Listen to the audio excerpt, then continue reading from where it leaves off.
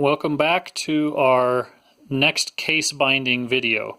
What you're going to need is your needle and your string, your bookbinding string. You'll also need some masking tape. So just as a reminder, when you are threading your string, you're just going to put it through the eye of the needle, come a couple inches down the string, and put the needle through the string like this. Oops, try it again. Like this. Pull the string over the end and just let it hang out like that. Okay, remember that this string is 5 lengths the book. If you need to put more string on later, that will be a different tutorial, or I'll show you in class. Now, when we begin sewing, you need all your signatures, all 8 of them, and I've got them right here, right in front of me. I've got this one ready to go, so this will be the first one. We're just doing the first 2. If you can get the first 2 down, then you will be set, and it'll be a lot easier. I'm starting on the right, not because there's anything wrong with the left. You can do the left too, but I just like to start on the right because that's habit. I'm going to go through the first hole from the outside in.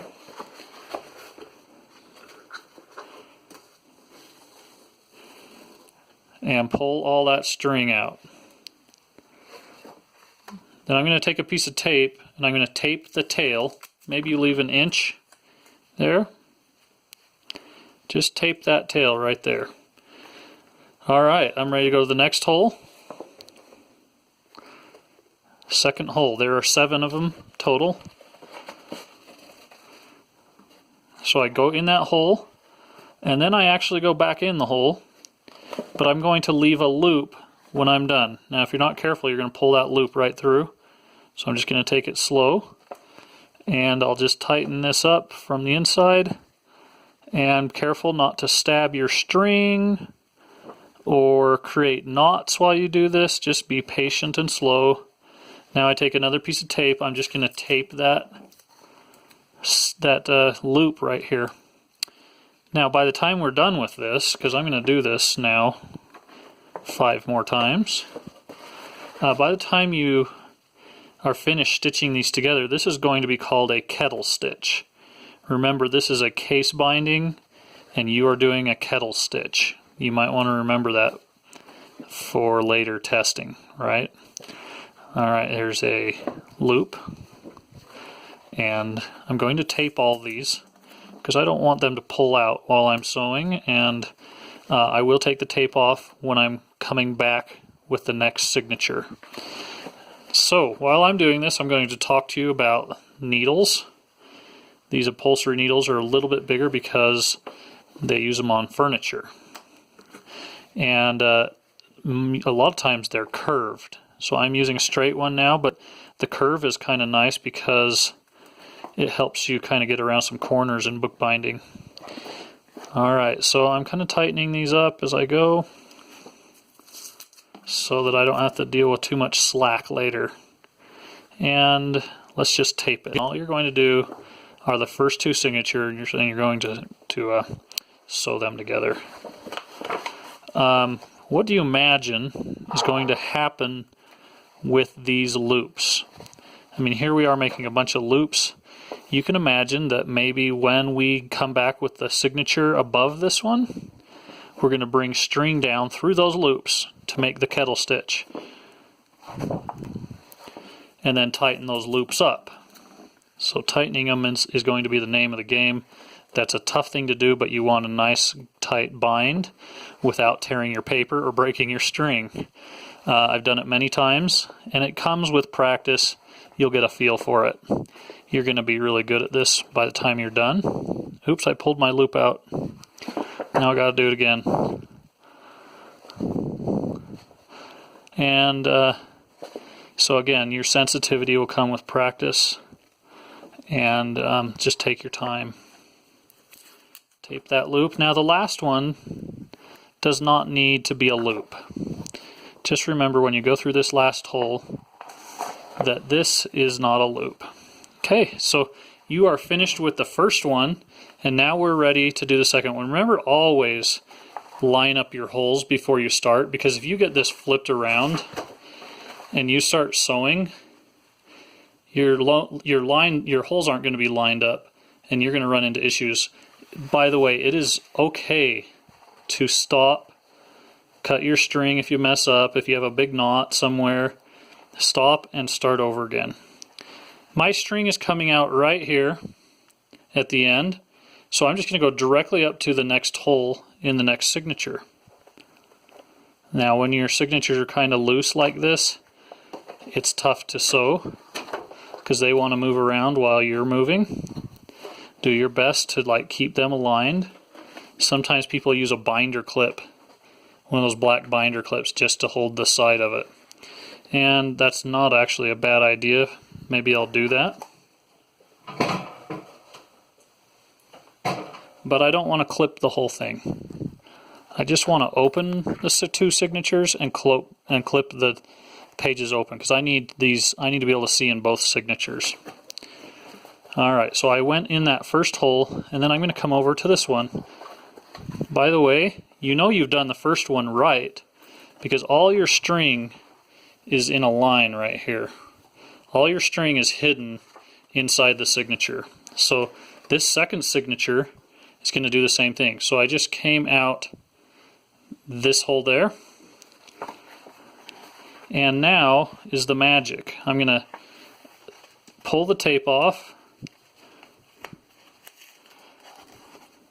This is when you make the magic happen, I should say. And I'm going to go sew my needle through that loop.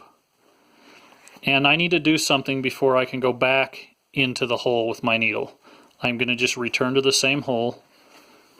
I need to pull the slack out of that loop. So here I'm going to grab the next part of the string, and I'm going to start pulling that loop. Watch the loop get smaller and tighter till it disappears a little bit. That's nice and tight. Now I can pull. Actually, would you do this? Would you just put a piece of tape right there to hold your string until you come back and tighten it again? Because all this slack is going to get pulled out of each of these loops until I get to the end. You're going to have a lot of string down there. There we go. Now I can go back into that hole because I tightened up that loop I went through, and that is a kettle stitch. It will tighten this up and go to the next one. If you wanted to put a piece of tape here, you can, but you don't need to. So I'm going to go back out. I'm going to go out the next hole. I'm going to come in here, take my tape off this loop, and let's sew right through that loop. I don't know if you can see it. There it is. I'm going to go through that loop, pull my slack out. So I'm going to open this up, pull my slack out again. There it is. Put another piece of tape on this because I want to keep that tight. And then I can go back in that hole I came from. Oops, there we go. Open this up, go through that hole. I missed. There we go. Kind of tug on it to make sure that this is tight. Not too hard or you can break your string. I'm afraid I'm going to break it, so I'm going to just go tighten this up from here. Oh, look, I didn't get it all. So sometimes you can just grab your needle and just pull it like that. There we go. That's better. Now I've pulled it tight. Alright, so this is a pattern. You can see what I'm going to do next. I'm going to open up my second signature, go through the hole, and then go through the loop. Before I go back into the hole, I have to tighten up that loop. Now my slack is getting longer and longer. I'm getting more and more slack here. So look at all this slack I've got to pull out.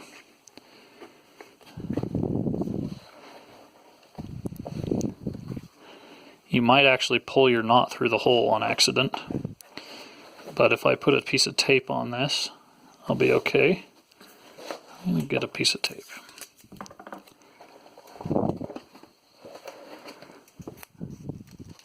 There we go. Sometimes you get your string out of line. Okay, now I can go back in that hole that I came out of. I think you're getting the idea now. Pull this tight. There we go. And go out the next one. So I've only got a couple more loops to go through. Come out here, take your tape off, go through the loop, pull the slack out, tape it after you pull the slack out, right? Be patient with yourself as you do this. I pulled my knot out. There we go. There we go. And tape it. And go back through the hole I came out of. I'm almost there. I have one more loop. Go out this hole.